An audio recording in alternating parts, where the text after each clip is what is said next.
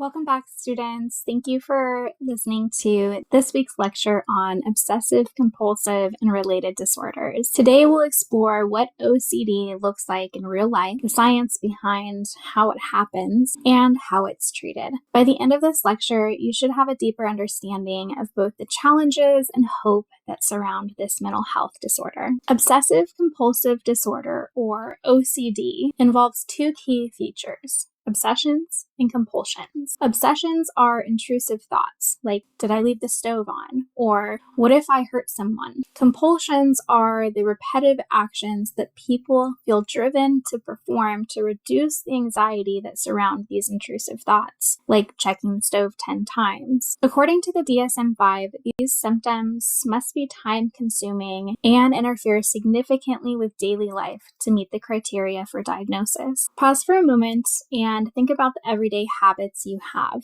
like checking your phone before bed. What might make that habit different from a compulsion?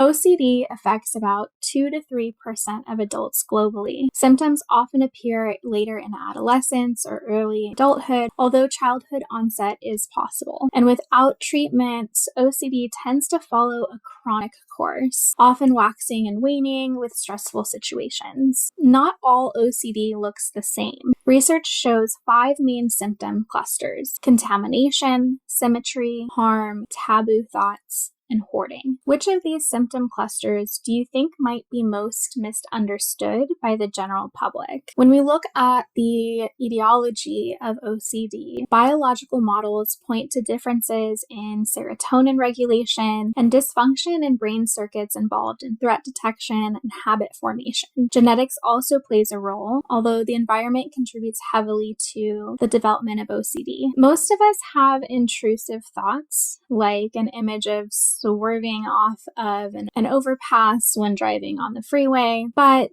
for those of us without OCD, these intrusive thoughts pass and they're not fixated on for the rest of the day. In OCD, people interpret these thoughts as dangerous or morally significant. Having this thought means I might actually do it. And this appraisal creates significant distress and anxiety, and as a result, compulsions are performed to neutralize the thought. Think about if you've ever had a random thought that popped into your head and kind of startled you. What did you do to move past this thought? Once upon a time, OCD was thought to be untreatable. However, now SSRIs and especially CBT with exposure and response prevention are highly effective in treating OCD. ERP involves confronting feared situations while resisting compulsions. Imagine touching a doorknob and not washing your hands. As anxiety spikes, it eventually decreases on its own, and this changes the learning cycle and the association between those intrusive thoughts and compulsions, reducing anxiety. ERP has been called one of psychologists' greatest success stories, and it's considered the gold standard of care for treating OCD. Studies show between 50 to 60%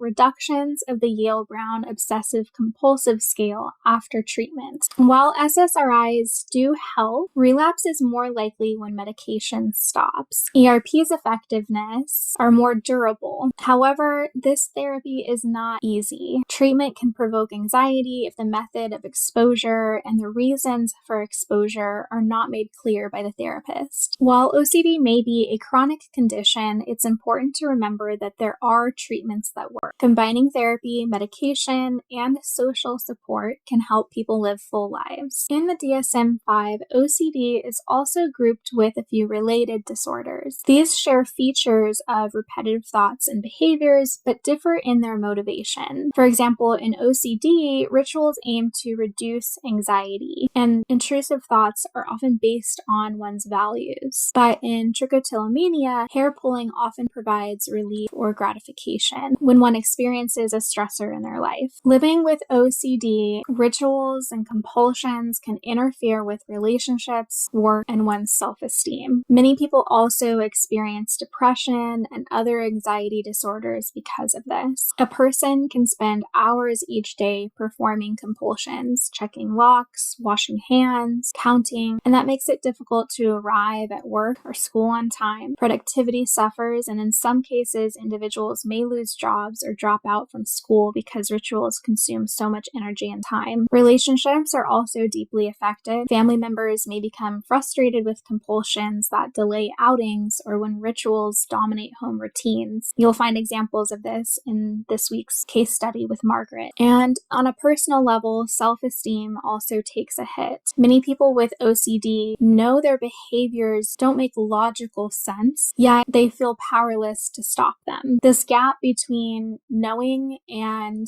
feeling like you have control over a behavior can lead to shame and self-criticism. And it's one of the reasons why comorbidity is so high with depression and anxiety. Another unique feature of OCD is how insight about intrusive thoughts can vary widely. Some people are able to recognize their obsessions and compulsions as irrational and excessive. And this might be called good or fair insight, while others may feel unsure and think, maybe I really am contaminated, or maybe something bad will happen if I don't do this, which can be referred to as poor insight. In the most severe cases, individuals may be convinced that their beliefs are entirely true, resembling delusional thinking and referred to as absent insight. This spectrum of insight impacts treatment results. For example, someone with good insight might be more willing to attempt exposure therapy, while someone with poor insight may resist because the rituals still feel absolutely necessary to prevent any harm. Pause for a moment and imagine living with a ritual that takes hours each day to complete. Even though it doesn't make logical sense to others or even to you, how might that affect someone's friendships or job performance or how they do in school? In conclusion, to wrap this video up, OCD is both challenging yet treatable. And by understanding the mechanisms behind obsessions and compulsions and their cycle of repetition, and also the treatments that are available to make OCD more manageable, we can work together to reduce the stigma that surrounds OCD and support those affected by this mental health challenge.